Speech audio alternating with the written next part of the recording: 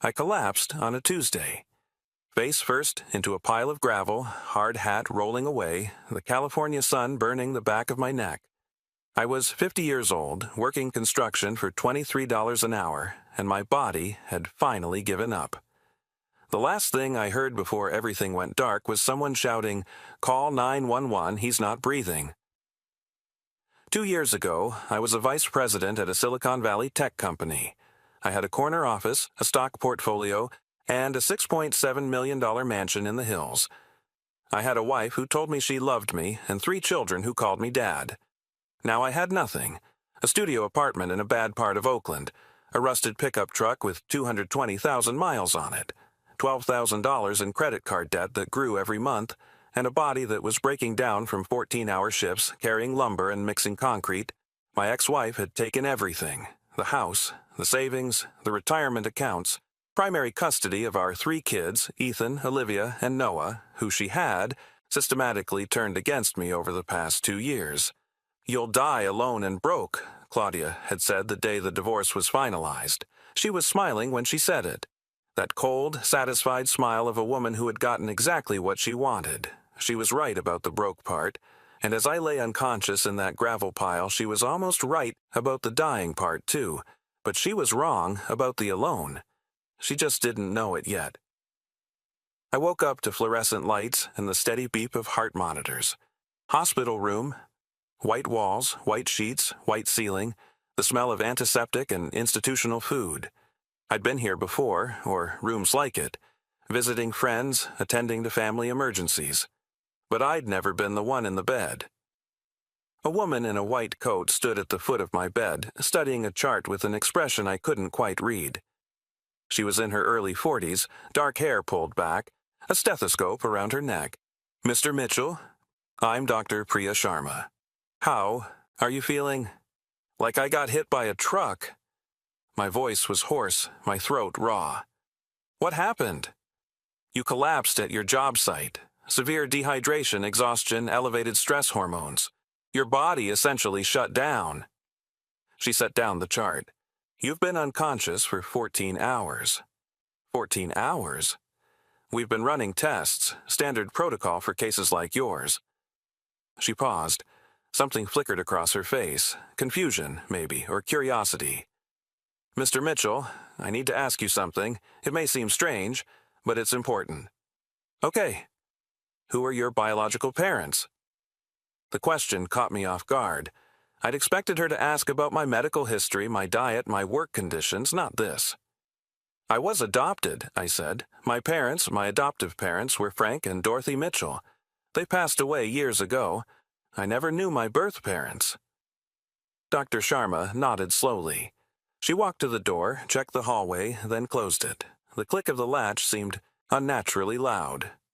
"What's going on?" I asked. "Is something wrong with me?" She returned to my bedside, pulled up a chair, sat down so we were at eye level. "Mr. Mitchell, I'm also a geneticist. I run a research program here at the hospital that studies inherited diseases and genetic markers. As part of your blood work, we ran your DNA through several databases to check for hereditary conditions. And we found something unexpected." She took a breath. "Your genetic profile matches an entry in a private medical research database. The entry was made by a man named Harold Ashworth." The name meant nothing to me. "Who's Harold Ashworth?" "The founder of Ashworth Industries. Tech, aerospace, defense contracts. One of the wealthiest men in California." "Never heard of him. What does this have to do with me?" Dr. Sharma leaned closer. Her voice dropped to barely above a whisper. "Mr. Mitchell, Harold Ashworth was your biological father. He spent 49 years searching for you, and when he died last year, he left everything, his entire fortune, to you." I stared at her. Certain I was still unconscious, certain this was some kind of fever dream brought on by dehydration and exhaustion. "That's impossible. I'm a construction worker. I'm broke. Sir," she placed a hand on my arm, "I've confirmed the DNA match 3 times. There's no question. Harold Ashworth was your father. And his fortune?" She looked me directly in the eyes. "Sir, you're worth $3 billion. The next few hours were a blur.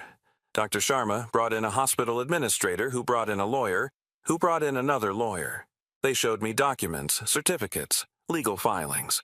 They explained things I couldn't process: trusts, estates, inheritance protocols, DNA verification procedures. Harold Ashworth had died in 2023. His will had contained a provision that stunned his family, his board of directors, and his lawyers. I leave my entire estate, all assets, properties, investments, and holdings, to my firstborn son, Warren, born in 1974 to Margaret Collins. If Warren is found after my death, the estate shall be held in trust until his identity is verified through DNA testing. For the past year, the Ashworth estate lawyers had been searching for me. They had hired private investigators, genealogists, DNA specialists. They had come close several times, tracing my adoptive parents, finding records of my birth, but always hit dead ends. What they hadn't anticipated was that Harold Ashworth himself had prepared a backup plan. Years ago, he had donated his DNA to a medical research database, the same database Dr. Sharma's program used. He had done it hoping that someday, somehow, his son might be identified through routine medical testing, and that's exactly what happened. My collapse at the construction site had led to blood work, which had led to DNA analysis, which had led to a match in a database, which had led to 6 words that changed everything. Sir, you're worth $3 billion. $3.2 billion, to be precise. That's what the lawyers told me when the initial shock wore off. The Ashworth estate included Ashworth Industries, stock valued at $1.8 billion, real estate holdings worth $620 million, investment portfolios totaling $540 million, art, collectibles, and personal property worth $240 million. All of it mine, if the DNA test confirmed what everyone already knew. The DNA test was performed the next day. A simple cheek swab, compared against samples from Harold Ashworth preserved by his estate. The results came back in 48 hours, 99.9% match. I was Harold Ashworth's son, and I was now one of the wealthiest men in California. Let me tell you about my life before that hospital room. My name is Warren Mitchell. I was born in 1974, though I didn't know the circumstances of my birth until very recently. I was raised by Frank and Dorothy Mitchell in Columbus, Ohio. Good people, kind people, who never told me I was adopted. I found out when I was 18, going through my mother's papers after her death. A birth certificate with a different name. Adoption records. A letter from a lawyer mentioning a private arrangement. I didn't pursue it. Frank was still alive then, and I didn't want to hurt him by digging into a past he'd clearly wanted to keep buried. After he died, I thought about searching for my birth parents. But life got in the way. College, career, marriage, children. Always something more urgent than the mystery of where I came from. I moved to California after graduating from Ohio State, got a job at a tech company during the dot-com boom, worked my way up from entry-level engineer to vice president over 20 years, made good money, built a good life. I met Claudia Hayes in 2000 at a company event. She was 22, a marketing assistant, beautiful and ambitious and full of dreams. I was 26, already climbing the corporate ladder, looking for someone to share the journey with. We married in 2002. Ethan came along in 2004, Olivia in 2007, Noah in 2010. We bought progressively larger houses as my salary grew. First a condo, then a townhouse, then a proper house in the suburbs, and finally, in 2018, the mansion. $6.7 million. 6 bedrooms, a pool, a view of the valley that looked like something from a magazine. I thought it was the culmination of everything I'd worked for. I thought I had made it. What I didn't realize was that Claudia had been waiting. The layoff came in 2021. Company restructuring. My entire division eliminated. 47 years old, and suddenly I was unemployed for the first time in my adult life. I thought I'd find something quickly. I had experience, connections, a track record of success. But the tech industry had changed. They wanted young people now, cheaper, more adaptable, willing to work 80-hour weeks. A middle-aged VP with a big salary history was a liability, not an asset. Months passed. Interviews that went nowhere. Rejections that piled up. My savings started to dwindle as I continued paying the mortgage, the car payments, the private school tuition. Claudia's patience lasted about 6 months. "I didn't sign up for this," she said one night. "I didn't marry an unemployed middle-aged man who can't provide for his family." "I'm trying, Claudia. The market is tough right now. Try harder, or I'll find someone who can." She filed for divorce in 2022. Her lawyer was a shark, one of the most expensive divorce attorneys in California, paid for by money I later learned she'd been secretly siphoning from our accounts for years. My lawyer was a friend of a friend, cheap because I couldn't afford better, incompetent because you get what you pay for. The settlement was a massacre. Claudia got the house, got primary custody of all 3 children, got alimony payments that would cripple me for years, got half my retirement accounts that had already been decimated by a year of unemployment. I got nothing. Nothing except $12,000 in credit card debt and a studio apartment in a building that smelled like cigarettes and regret. "You'll die alone and broke," Claudia said. And for a while, it looked like she was right. The worst part wasn't the money. It was the children. Ethan was 18 when the divorce finalized, old enough to choose which parent to live with. He chose Claudia, or rather, he chose the mansion, the lifestyle, the comfort he'd grown up with. I don't blame him. He was young. He didn't understand what was happening. Olivia and Noah didn't have a choice. Claudia got primary custody and she used it to systematically poison them against me. "Your father abandoned us," she told them. "He was too proud to fight for custody. He doesn't really love you. If he did, he'd still be living with us." It wasn't true. I had fought as hard as I could with the resources I had. But a bad lawyer against a good lawyer's no fight at all. And by the time the dust settled, the narrative was set. Dad abandoned us. Dad doesn't care. Dad chose his pride over his family. I tried to maintain contact. Called every week, sent birthday cards, requested visitation. But Claudia made it difficult. Always a scheduling conflict, always an excuse. And the kids themselves grew cold. Short answers. Canceled visits. Eventually, silence. By the time I collapsed at that construction site, I hadn't spoken to any of my children in 8 months. 8 months of silence from the 3 people I loved most in the world. That's what Claudia had taken from me. Not just money. Money can be replaced. She had taken my children. And that, I thought, could never be undone. I was wrong, but I'm getting ahead of myself. The story of Harold Ashworth came out in pieces over the following weeks. His lawyers told me some of it. His widow, Eleanor, told me more, and the documents he'd left behind, letters, journals, legal filings, filled in the rest. Harold Ashworth had been born in 1945, the son of a factory worker and a school teacher. He had worked his way through college, gotten an engineering degree, and started a small electronics company in 1968. By 1974, that company had grown into Ashworth Industries, and Harold was already a millionaire. That same year, he met Margaret Collins. Margaret was 26, a secretary at Ashworth Industries. She was smart, kind, beautiful, everything Harold's wife was not. They began an affair. It was wrong. Harold knew it was wrong, but he couldn't stop himself. When Margaret got pregnant, Harold offered to leave his wife, to marry Margaret, to give their child a proper home. Margaret refused. "I won't be the woman who breaks up a family," she told him. "I'll have this baby and raise it myself. You can be part of its life if you want, but I won't be your mistress, and I won't be your second wife." Harold respected her decision, even though it broke his heart.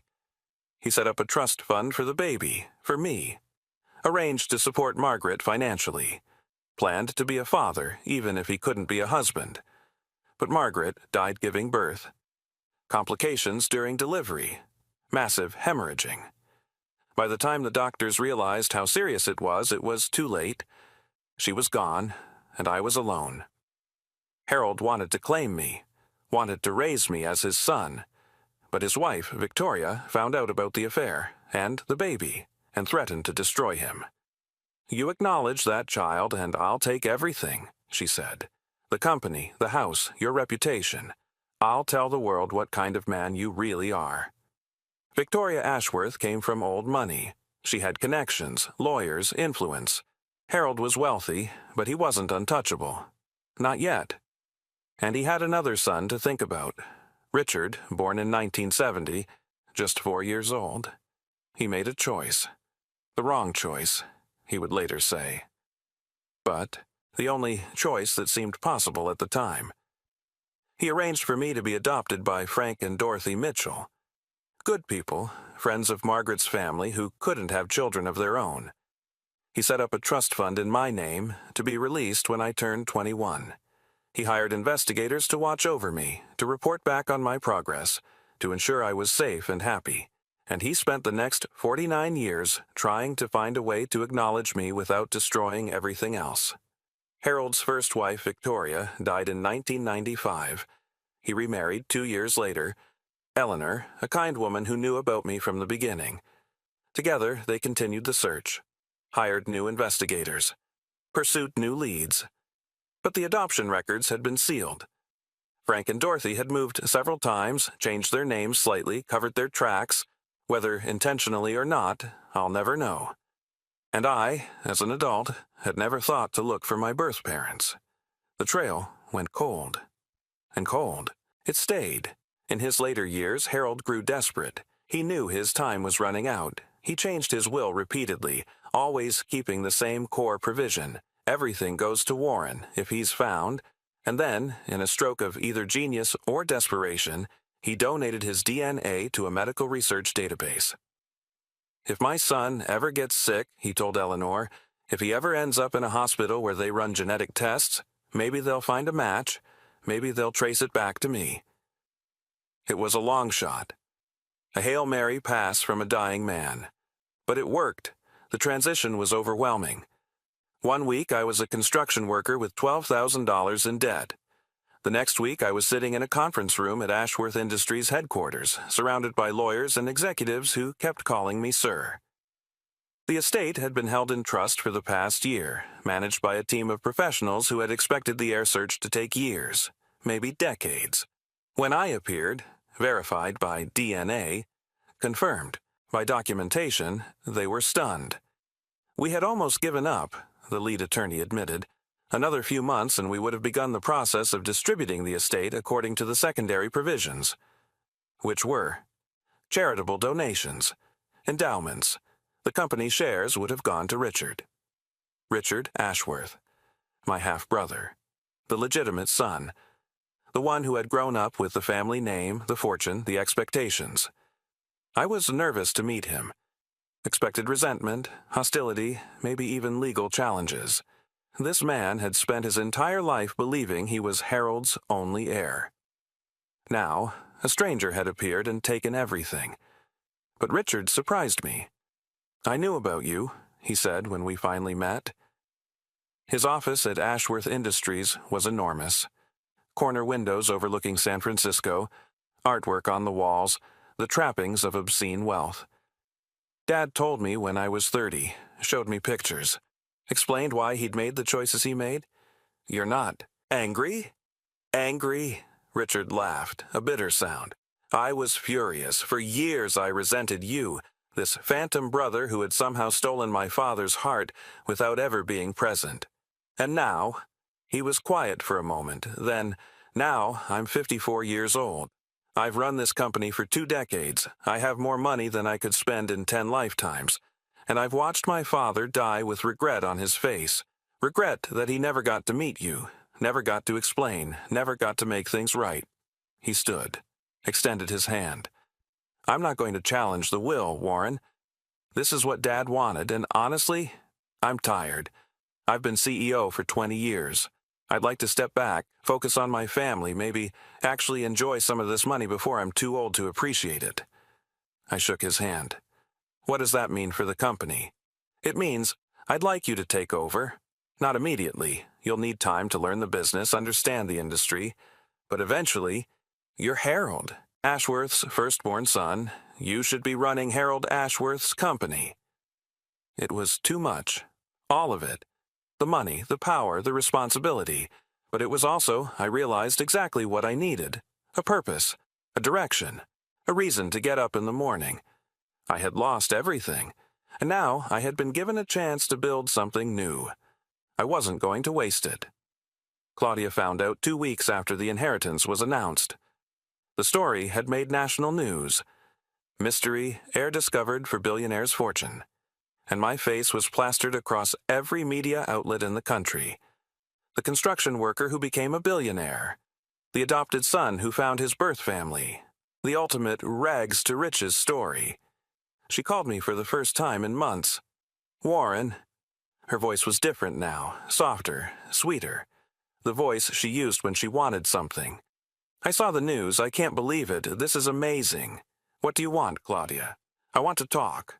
About us. About the children. I think we made a mistake, ending things the way we did. A mistake. We were both under stress. The layoff, the financial pressure, it brought out the worst in us. But now that things are different, now that I'm worth $3 billion. Silence on the line. Then, that's not what I meant. Yes, it is. That's exactly what you meant. I kept my voice calm. I had spent 2 years being angry at this woman, being hurt by her, being destroyed by her, but I wasn't going to give her the satisfaction of seeing that anymore. You took my children, Claudia. You poisoned them against me. You told them I abandoned them when you knew I was working 14-hour days just to make the alimony payments. Warren, I can explain. No, you can't. And you're not going to. I paused. My lawyers will be in touch about the custody arrangement. I'm filing for a modification. You can't do that. The settlement was final. The settlement was based on financial circumstances that no longer exist. I can provide for my children now, better than you can, and I intend to. Warren, please. Goodbye, Claudia. I hung up. It felt good. Better than I expected. 2 years of pain, 2 years of humiliation, 2 years of being made to feel worthless, and now, finally, I had the power to change things. I was going to use it. The custody modification hearing was held in December 2024. My lawyers were the best money could buy. A team of family law specialists who had never lost a case. They presented evidence of Claudia's manipulation, text messages where she coached the children to reject me, financial records showing she had hidden assets during the divorce, testimony from therapists who confirmed the children had been subjected to parental alienation. Claudia's lawyer tried to argue that my sudden wealth was disorienting for the children, that maintaining stability with their mother was more important than reuniting with a father who had been absent. The judge wasn't impressed. Mr. Mitchell wasn't absent by choice, she said. He was systematically excluded from his children's lives by their mother. The evidence of parental alienation is overwhelming. I'm granting the petition for modification. I got joint custody. Shared time with all 3 children. The right to be part of their lives again. When I walked out of that courtroom, I called Ethan. He answered on the second ring. Dad? Hey, buddy. I know it's been a while. I know things have been complicated, but I'd really like to see you, all 3 of you, if you're willing. A long pause, then quietly. I saw the news. About the inheritance. About who your real father was. Yeah, that was unexpected. Mom told us you didn't care about us. That you'd rather work construction than fight for custody. But I looked up the court records after the news broke. I saw how many times you petitioned for more visitation, how many times she blocked it. My throat tightened. I never stopped trying, Ethan. I never stopped loving any of you. I know that now. His voice cracked. I'm sorry, Dad. I should have known. I should have asked more questions instead of just believing. You don't have to apologize. You were a kid. You trusted your mother. That's normal. Can we start over? Me and Olivia and Noah, can we be a family again? I was crying now. Didn't try to hide it. That's all I've ever wanted, son. That's all I've ever wanted. The reunion happened on Christmas Day, 2024. I rented a house in Lake Tahoe. Nothing too extravagant, just a cabin with enough bedrooms for everyone. Ethan flew in from college. Olivia and Noah came with the social worker who was monitoring the new custody arrangement. When I opened the door and saw all three of them standing on the porch, Ethan at 20, tall and serious, Olivia at 17, her mother's beauty but her father's eyes. Noah at 14, gangly and awkward and growing up. Too fast. I couldn't speak. I just opened my arms, and they stepped into them. We stayed like that for a long time, the four of us, crying and holding each other in the cold mountain air. I missed you, Noah mumbled into my chest. I'm sorry I didn't answer your calls. It's okay, buddy, it's okay. Mom said you didn't want to talk to us, but you kept calling. I saw the missed calls on my phone. I should have answered. You're here now. That's what matters. Olivia pulled back, wiping her eyes. Is it true? About the money? About your real dad? It's true, all of it. So you're like, a billionaire now? Apparently. She laughed, a wet, surprised sound. That's so weird. My dad is a billionaire. My construction worker dad who used to pack my lunch with little notes in the bag. I still would, if you'd let me. She hugged me again. I might take you up on that. We spent a week in that cabin, cooking together, watching movies, talking about everything, and nothing. The children told me about their lives, school, friends, dreams. I told them about the grandfather they never knew, the fortune that had appeared out of nowhere, the plans I was making for the future. It wasn't perfect. The wounds from 2 years of separation wouldn't heal overnight. There were awkward silences, moments of tension, times when old resentment surfaced. But we were together. That was enough. For the first time in years, I felt like I had a family again. 2 years have passed since I collapsed at that construction site. I'm 52 now, living in a house that's much too large for me, a estate in Napa Valley that Harold Ashworth bought 30 years ago and never had the heart to sell. It has 12 bedrooms, a vineyard, and a view that takes my breath away every morning. I've learned to run a company. Not alone. I have Richard, who agreed to stay on as chairman emeritus, and a team of executives who know the business far better than I ever will. But I found my place. Strategy, vision, the big picture.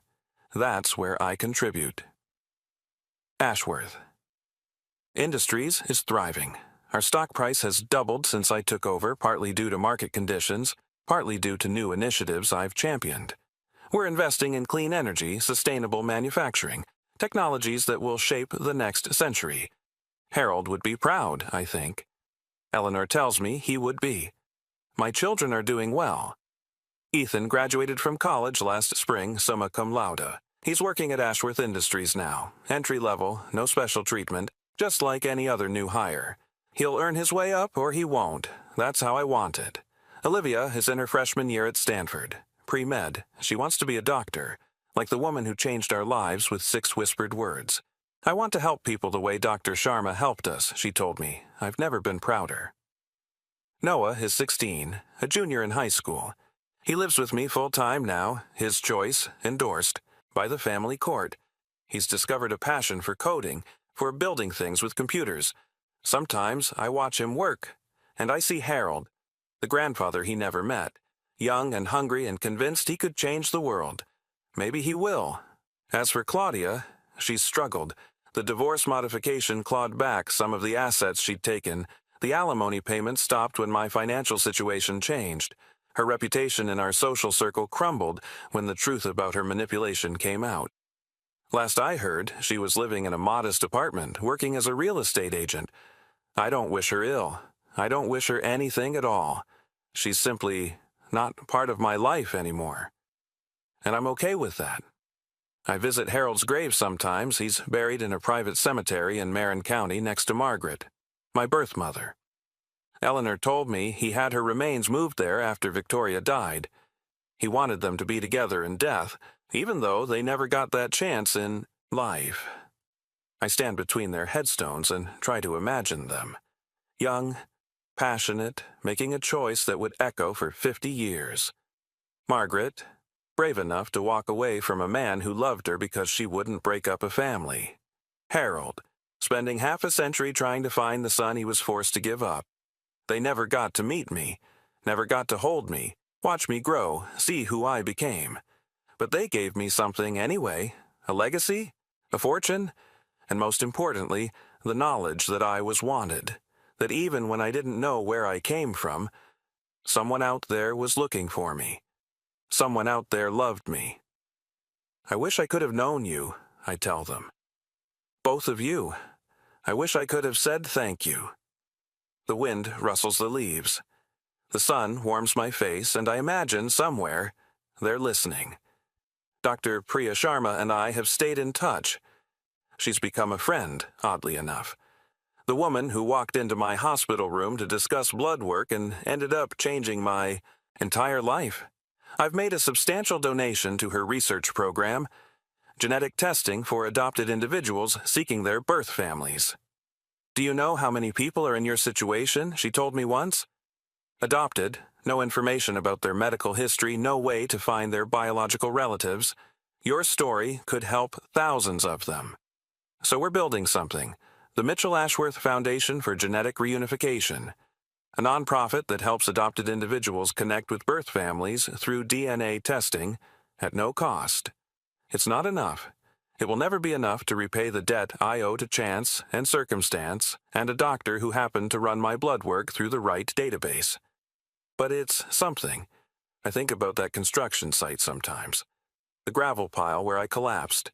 The hard hat rolling away. The California sun burning the back of my neck. I was dying. Maybe not literally, the doctors said I would have recovered even without treatment, but spiritually, emotionally, in every way that mattered. I had given up, had accepted Claudia's prophecy as truth. You'll die alone and broke. I believed her. That was the saddest part. I had internalized her cruelty, made it my own, convinced myself that I deserved the life I was living. But life had other plans. Sometimes the moment you hit rock bottom is the moment everything changes. Sometimes the collapse that nearly destroys you is actually saving you, forcing you into a hospital, into a doctor's care, into a chain of events that leads to somewhere you never imagined. I don't believe in fate, don't believe some cosmic force arranged all of this for my benefit. But I believe in second chances, and I believe that no matter how dark things get, no matter how certain you are that it's over, there's always the possibility of something unexpected. A phone call, a blood test, 6 whispered words. You never know what's coming next. That's terrifying, and it's also beautiful. It's Sunday morning now. I'm sitting on the porch of my Napa Valley estate watching the sun rise over the vineyard. Noah is inside, making breakfast. He's become quite the cook, actually. Ethan and Olivia are coming for dinner tonight. In my hand is a cup of coffee. Good coffee. Not the instant stuff I drank during those dark years, but something rich and smooth, the kind of thing I never thought I'd be able to afford. I'm 52 years old. I have $3 billion, a company that bears my father's name, and 3 children who love me. And I'm grateful. Not for the money. Money is just paper, just numbers on a screen. I'm grateful for the second chance, for the opportunity to rebuild, for the knowledge that even at 50, even when everything seems lost, life can still surprise you. You'll die alone and broke, Claudia said. She was wrong. So very, very wrong. Thank you for listening. Share this with someone who needs to hear it. Someone who has lost everything and thinks it's over. Someone who has been told they're worthless and started to believe it. Someone who is 50 or 60 or 70 and thinks their best days are behind them. They're not. The best days might be just around the corner. You never know when a doctor will close the door, lean in close, and whisper 6 words that change everything. You never know when the collapse will lead to the comeback. You never know when the end of one story is actually the beginning of another. Keep going. Keep hoping. Keep believing. Because somewhere out there, something unexpected is waiting. And it might just be worth $3 billion. Noah just called from the kitchen. Dad, breakfast is ready. I set down my coffee, stand up from the porch chair, walk inside to join my son. My son, my children, my family. The fortune is nice. The company is fulfilling. The houses and the cars and the trappings of wealth are pleasant enough. But this moment, this ordinary Sunday morning, this breakfast with my son, this is what matters. This is what I almost lost. This is what I fought to get back. This is what I'll never take for granted again. What are we having? Pancakes? Your recipe. My recipe? Noah grins.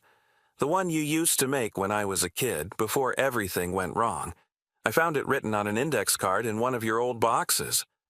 I look at the plate. Pancakes shaped like animals. A bear, a rabbit, a duck. The same shapes I used to make for my children a decade ago, before the layoff, before the divorce, before the years in the wilderness. You remembered. I remembered everything, Dad. Noah's voice softens.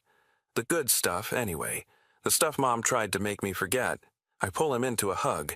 This gangly 16-year-old who's almost as tall as me now. This boy who I missed so much during those lost years.